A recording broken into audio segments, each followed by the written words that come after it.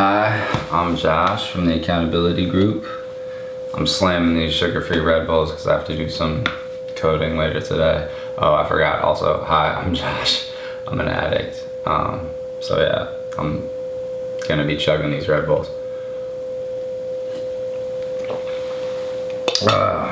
As an addict, I like to do all of these daily readings for everybody and then kind of go through what it means to me.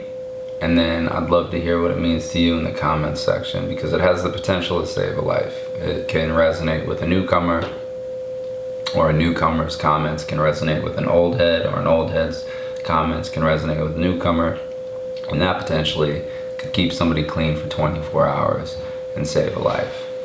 So, July 12th, patience. We were trapped by our need for the instant gratification that drugs gave us. Basic text, page 25. I want what I want, and I want it now. That's about as patient as most of us ever gotten in our active addiction. The obsession and compulsion with our disease gave us a one-track way of thinking. When we wanted something, that's all we thought about. And the drugs we took taught us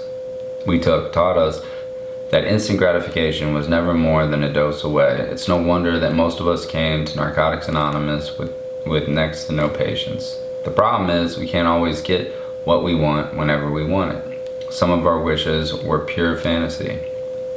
If we think about it, we'll realize we have no reason to believe those wishes will be fulfilled in our lifetimes. We probably can't even fulfill all our realistic desires. We certainly can't fulfill them all at once.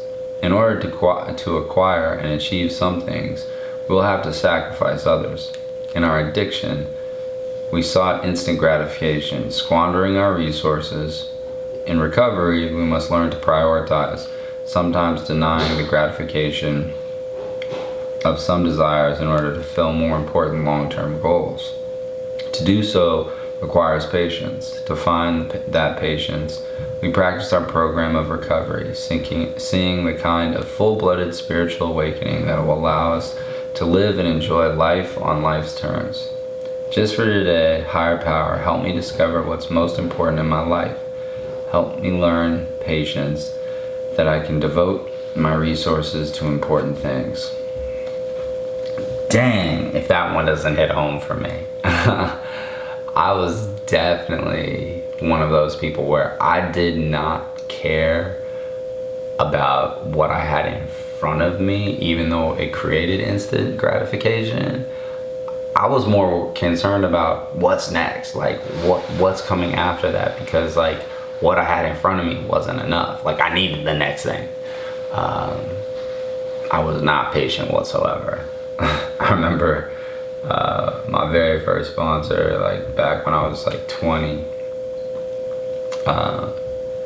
he said, "Are you ready to work the steps?" And I was like, "What are you, a Fitbit?"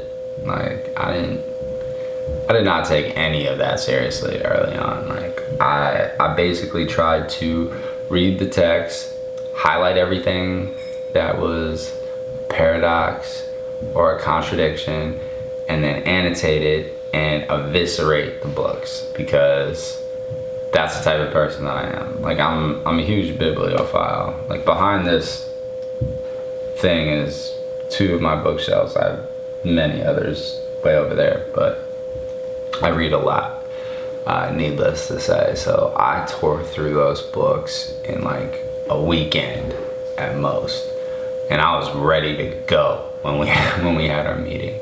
But patience is a virtue, and it's hard to realize that like I needed to be patient. Like there's no way for me to rush my recovery, even with the time that I do have, you know, because it doesn't really matter. I wake up each day, my feet hit the floor, and I'm grateful that I'm still alive. And then I ask for the humility to make it through the day, to be patient, to be tolerant, to just try and be a good person.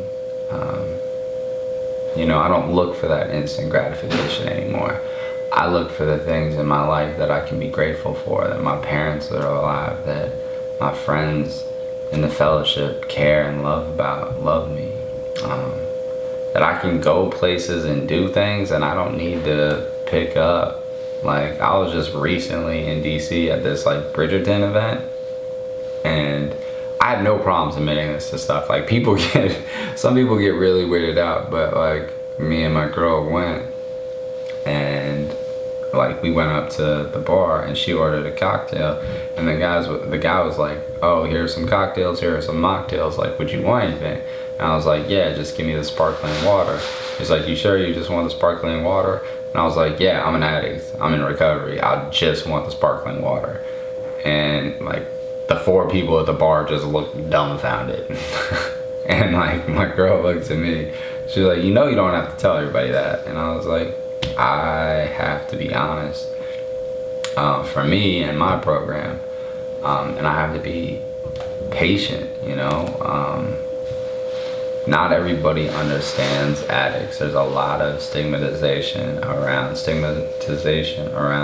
all of us, and there's millions of us. But patience is a virtue, and that's something that I'm trying to get better at. I just work on it a little bit each day, and hopefully tomorrow I'll be a little bit better at it than I was today. So with that, I hope that you stay safe, stay strong, and stay sober. I'm Josh. I'm the founder of the Accountability Group, and also I'm Josh. I'm an addict.